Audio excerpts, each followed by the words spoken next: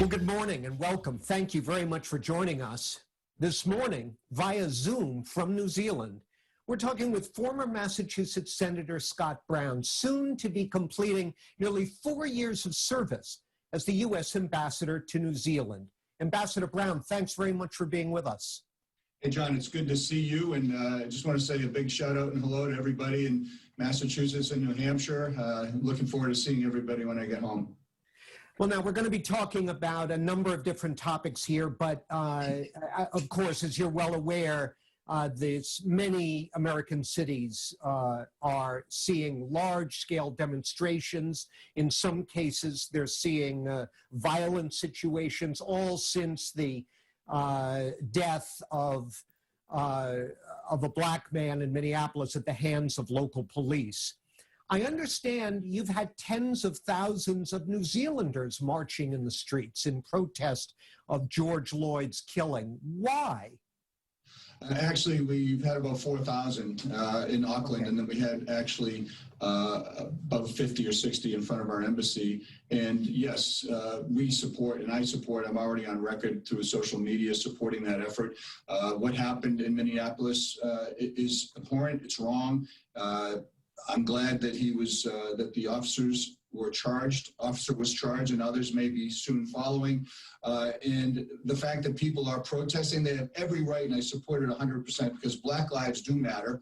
And we need to address the very important and real racial issues affecting our country. However, John, there is no place in that protesting for the violence and vandalism and hurting and maiming and potentially killing of innocents who most likely support that effort as well, because it takes away from the very real issue that death resulted from that death. So I'm hopeful that reasonable minds will ultimately prevail and people will get together and continue to try to improve race relations in this country. Ambassador, I'm just curious about the tone of the demonstrations in New Zealand. Are they anti-American protests, or are they focused on racial inequities in New Zealand? I think it's mostly focusing on what happened, focusing on racism issues in the United States. They have issues here, as every country does. That's what happens when you have democracies, the ability to openly and fairly protest. Quite frankly, unlike other countries where you can't protest, they shut off your media. I mean, we know what's going on in some of those other countries. So the main focus was obviously this particular spark that initiated, everything you're seeing around the world, quite frankly, not just in the United States and not just in New Zealand. People are upset and they want this to be addressed, I'm assuming, on a global basis. Well, let's talk about another obviously huge global story that's been consuming the world for the last several months. The Wall Street Journal reported last weekend that New Zealand is down to its last known case of coronavirus. Their strict lockdown, which began in March, is being lifted, and it's poised to become one of the few nations on earth to eradicate COVID-19. From what you've observed, what's the secret sauce? How did New Zealand do it?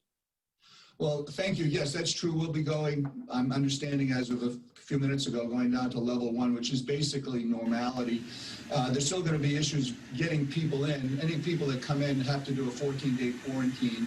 For example, you have the folks from Avatar coming in. You've got America's Cup folks coming in. You have others who are coming in. But there is a strict policy of obviously, being in quarantine, and that's fine. I respect that. That's how they're going to address it. But John, there are other countries. The Pacific Islands have no cases. Fiji had a couple of cases, but the islands that I deal with, Samoa, Cook, Niue, no cases. And then you have Australia, a larger population, about 5 times larger, doing really well. And then you have, in the United States, you have Hawaii, it's doing really well. New Hampshire's doing well. So there are hotspots in every part of the world. New Zealand happens to be a country of 5 million people, island nation, as is Australia. So there are natural advantages. But yes, listen, they locked down actually later than we did. We locked down earlier than they did. And they did this stay-at-home order, essential services and essential people working. They've had some great success. And the beauty of our relationship as a Five Eyes partner, that's U.S., Canada, New Zealand, Australia, and Great Britain, is that we share knowledge and information on a daily basis. Our scientists have been meeting on a weekly basis. Our State Department and leaders, health and others, have been speaking on a daily and weekly basis. So all that stuff still goes on. And while we're still dealing with COVID, obviously, we believe it's not over till it's over. But every restriction, the good news is you can contact, trace, identify that cluster, and don't necessarily have to shut down the entire country again. On that